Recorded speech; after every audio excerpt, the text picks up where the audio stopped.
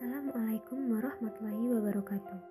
Di sini saya akan menjelaskan tentang fenomena pelangi putih.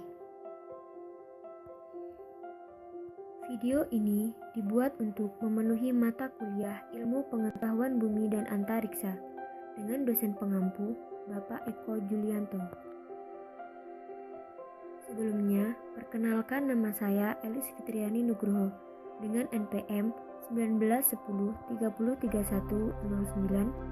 dari Prodi S1 Pendidikan IPA semester 2 Universitas Tidar.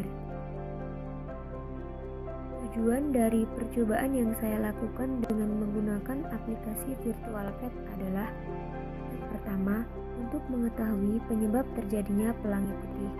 Yang kedua, untuk mengidentifikasi proses terjadinya pelangi putih. Sebelumnya, pernahkah kalian melihat pelangi?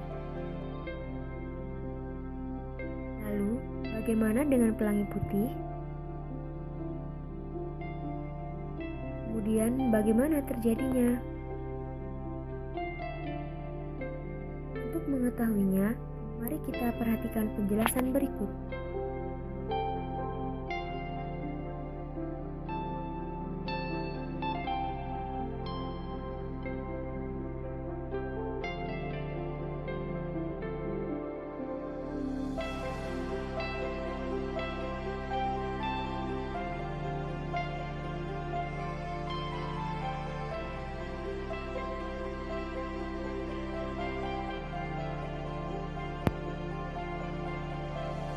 Pada saat gelombang mikro bertemu dengan ozon, gelombang tersebut hanya ada sebagian yang dapat masuk ke bumi.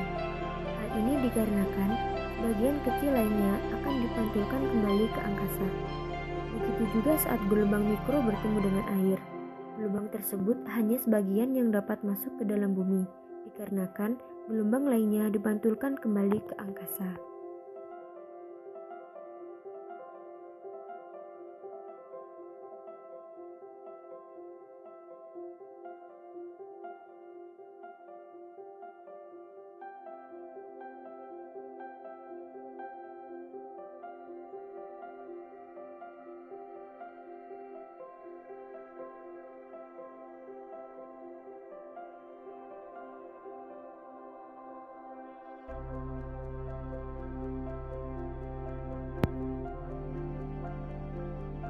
Pada saat sinar inframerah bertemu dengan ozon, yang akan terjadi adalah tidak jauh berbeda dengan ketika bertemu dengan gelombang mikro.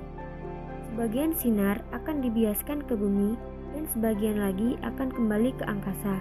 Hal ini juga akan terjadi pada saat inframerah bertemu dengan air.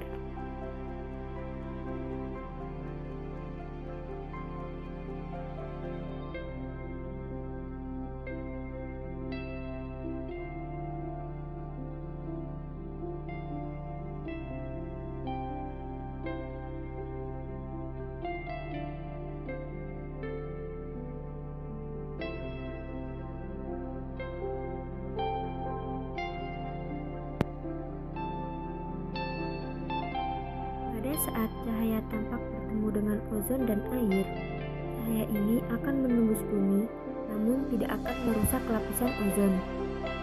Ketika cahaya dapat masuk ke bumi, maka akan menyebabkan pemantulan cahaya atau pembiasan cahaya, yaitu pembiasan cahaya dengan air. Hal ini akan menyebabkan munculnya suatu fenomena alam, yaitu munculnya pelangi. Salah satu pelangi yang dapat terjadi adalah fenomena pelangi putih. Pelangi dapat terjadi dikarenakan pembiasan air hujan dengan cahaya matahari.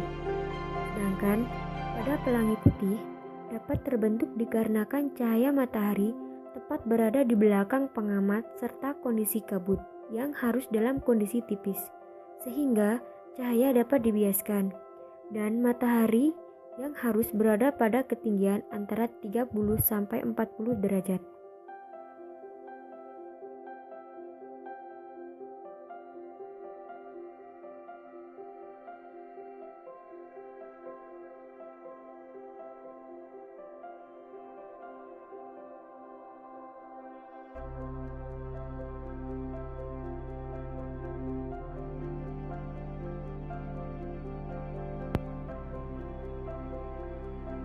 Pada saat sinar ultraviolet bertemu ozon dan air, yang akan terjadi adalah sinar ultraviolet dapat menembus lapisan ozon dan dapat menghancurkan lapisan ozon, yang akan menyebabkan sinar ultraviolet masuk ke bumi dan akan merusak lapisan ozon. Kesimpulan dari percobaan yang saya lakukan adalah: yang pertama, dari percobaan dapat disimpulkan bahwa penyebab terjadinya pelangi putih hampir sama dengan penyebab terjadinya pelangi pada umumnya. Pelangi putih dapat terbentuk dikarenakan cahaya matahari tepat berada di belakang pengamat, serta kondisi kabut yang halus dalam kondisi tipis, sehingga cahaya dapat dibiaskan, dan matahari yang halus berada pada ketinggian antara 30-40 derajat. Kemudian yang kedua adalah pelangi putih dapat terjadi dengan proses sinar matahari akan masuk ke bumi yang melewati ozon tanpa merusaknya. Kemudian, sinar matahari yang telah melewati lapisan ozon akan bertemu dengan media yang sesuai, maka akan dibiaskan ke langit dengan kawasan yang sesuai dengan syarat terbentuknya pelangi putih, yaitu kawasan dengan kabut tipis. Dengan begitu, maka pelangi putih akan terbentuk. Selanjutnya, yang ketiga adalah fenomena pelangi putih memang bisa terjadi, namun masih jarang, hanya sebagian daerah saja yang bisa mengalami fenomena pelangi putih. Sekian penjelasan yang dapat saya sampaikan, semoga bermanfaat untuk kalian semua.